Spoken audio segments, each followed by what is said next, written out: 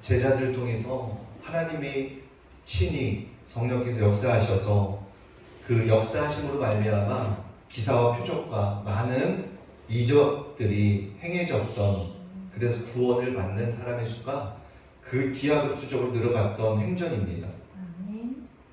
여기 보니까 믿는 사람이 다 함께 있어 모든 물건을 서로 통용하고 또 재산과 소유를 팔아 각 사람의 필요에 따라 나눠주며, 여러분 사도행전 시대 초대교회 당시에는요 이렇게 믿는 사람이 다 함께 있어 모든 물건을 서로 통용하여 나의 물건을 여기지 않고 내 것으로 나의 소유를 여기지 않았고 이 소유를 따라서 필요를 따라서 그 소유를 나눌 수 있는 마음의 여유들이 있었다는 것이죠.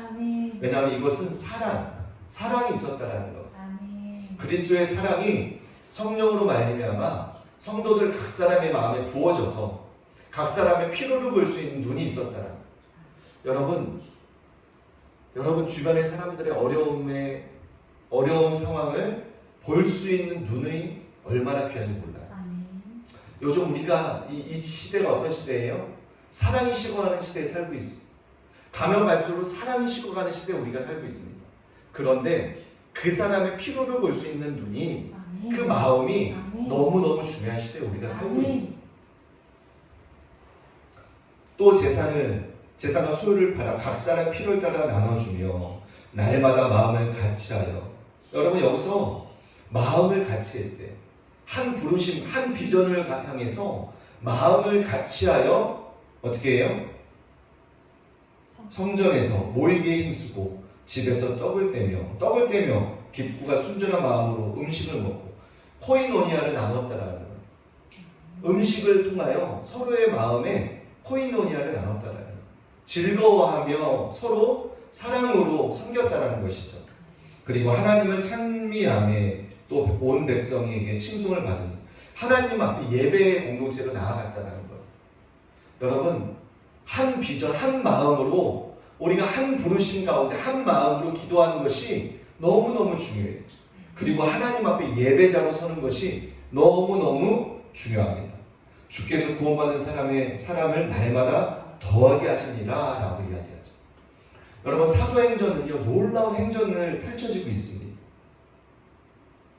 36절에 보니까 베드로의 설교했죠. 그런즉 이스라엘 온 집은 확실히 알지니 너희가 십자가에 못 박은 이 예수를 하나님이 주와 그리스도가 되게 하셨느니라 하니라. 사도 베드로는요 하나님의 말씀을 강력하게 증거했어요. 37절에 보니까 그들이 이 말을 듣고 마음에 찔려 베드로와 다른 사도들에게 물어 이르되 형제들아 우리가 어찌할까 하노.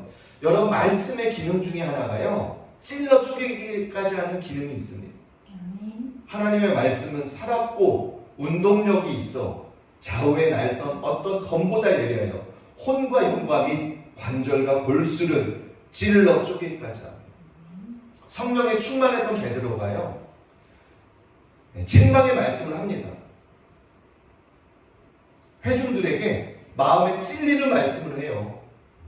근데 이 회중들이요 이 말씀을 듣고 탄식합니다. 베드로와 다른 사도들에게 이르되 형제들아 우리가 어찌할까 하노. 베드로의 이 말씀에 가슴을 치며 우리가 어떻게 해야 되냐 사도들과 베드로들 앞에 묻습니다. 그때 베드로가 38절에 이런 말씀을 하죠. 베드로가 이르되 너희가 회개하여 각각 예수 그리스도의 이름으로 세례를 받고 죄 사함을 받으라. 그리하면 성령의 선물을 받으리니.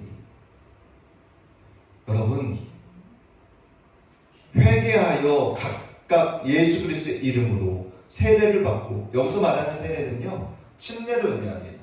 침례. 네.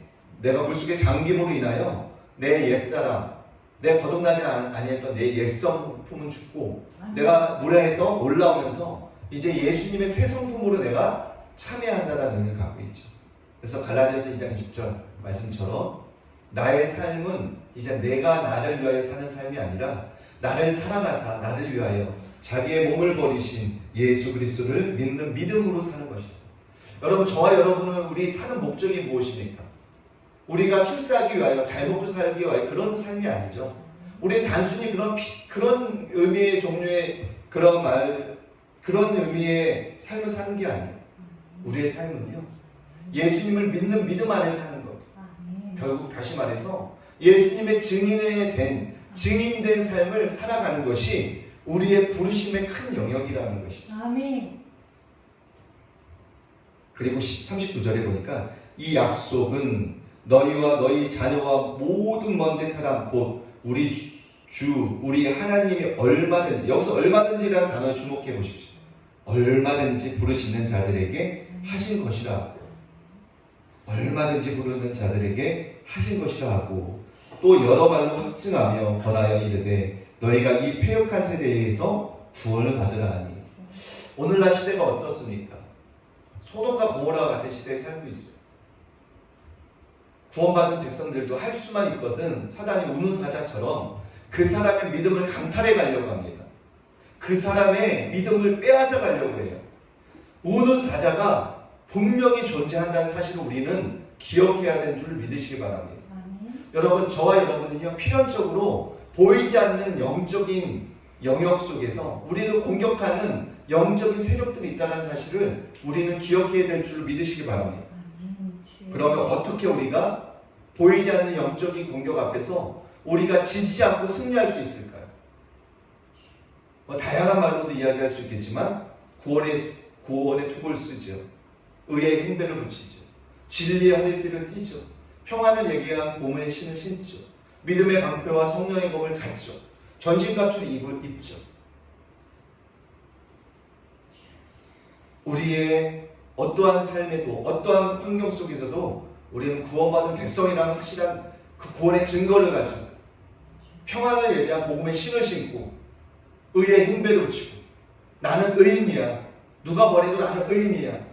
왜냐하면 예수 그리스도의 보혈이, 하나님은 대속의 눈으로 우리를 바라보십니다. 우리의 허물을 보는 분이 아니에요. 우리가 비록 연약함이 있고 우리가 비록 연약함과 죄 속에 있다 할지라도 우리가 그 마음으로부터 하나님 앞에 돌이킨다면, 자백한다면 하나님은 대속의 눈으로, 보혈로 우리를 바라보십니다. 예수 그리스도의 대속의 눈으로 우리를 바라보시기 때문에 우리는 의인이야라고 하나님은 인정해 주시는 거예요. 아멘. 아멘. 의의 행배를 붙이고 진리의 허리띠를 띱니다. 진리의 허리띠를 띠죠. 여러분, 왜 허리띠에 진리를 띄어야 될까요? 중심을 잡아야 합니다. 좌로나 우로나 우리는 치우치면 안 되는 거예요. 진리의 허리띠를 띠고 평안의 복음의 신을 신는 겁니다.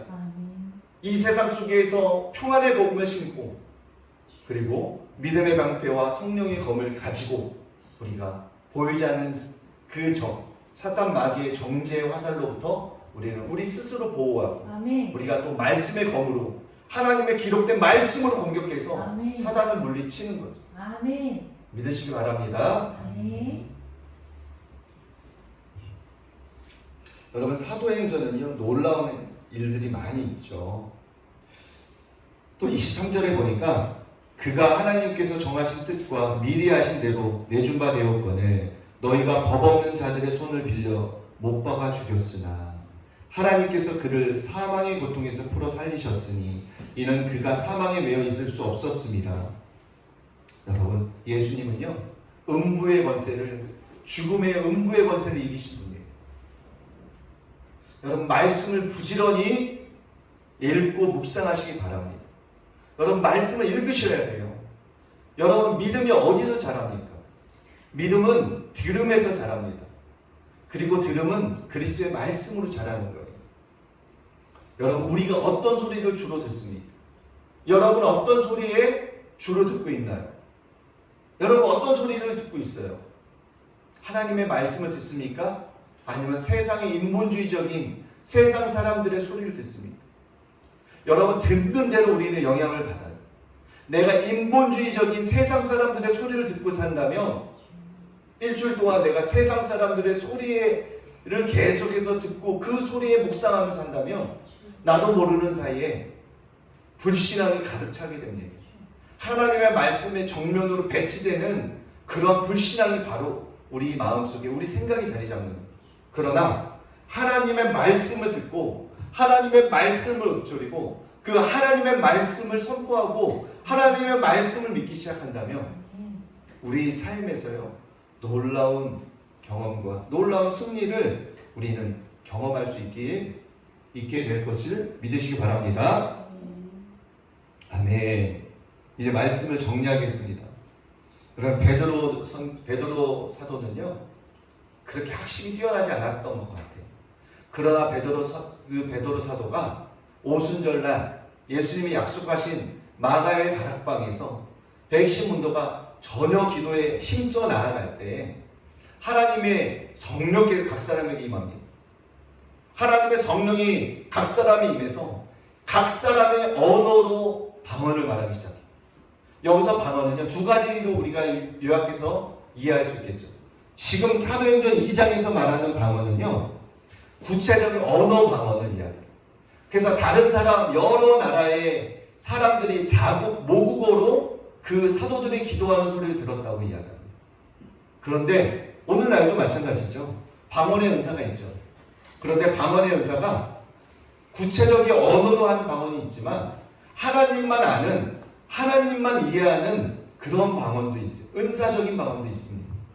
근데 2장에서 말하는 이 문맥에서의 방언은 구체적인 언어 방언을 이야기합니다. 여러분 성령께서 각 사람에 임했을 때 놀라운 기사와 이적과 표적들이 나타나기 시작했고요. 제자들의 삶이 이전의 삶이 아니라 완전히 다른 삶을 살기 시작했어요. 제자들은요 이제부터는 두려워하는 마음이 아니라 정말 하나님의 성령에 충만해서 하나님의 믿음에 충만해서 하나님의 말씀에 충만해서 그 말씀을 선포한 줄 믿으시기 바랍니다. 그걸 두려워하지 않았어요.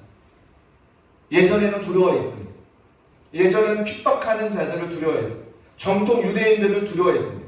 그러나 성령 세례를 받은 이후에 위로부터 내리는 성령의 충만함을 받은 이후에는요 두려워하지 않았습니다. 사도들은 그때 이후의 삶은 절대 두려워하지 않았어요. 완전히 다른 삶을 살았습니다. 왜요? 성령께서 믿음을 주시고 하나님의 말씀을 주시고 하나님의 놀라운 기사와 이적을 행할 수 있는 능력을 주셨기에 사도 바울 제자들의 삶은 완전히 다른 삶을 살게 된 것을 오늘 사도행전 2장을 통해 볼 수 있었습니다.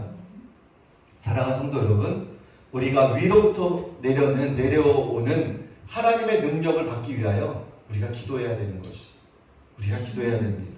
이 시간 우리 같이 기도하며 찬양 하나 한 곡 부르고요. 같이 기도하며 나아가겠습니다.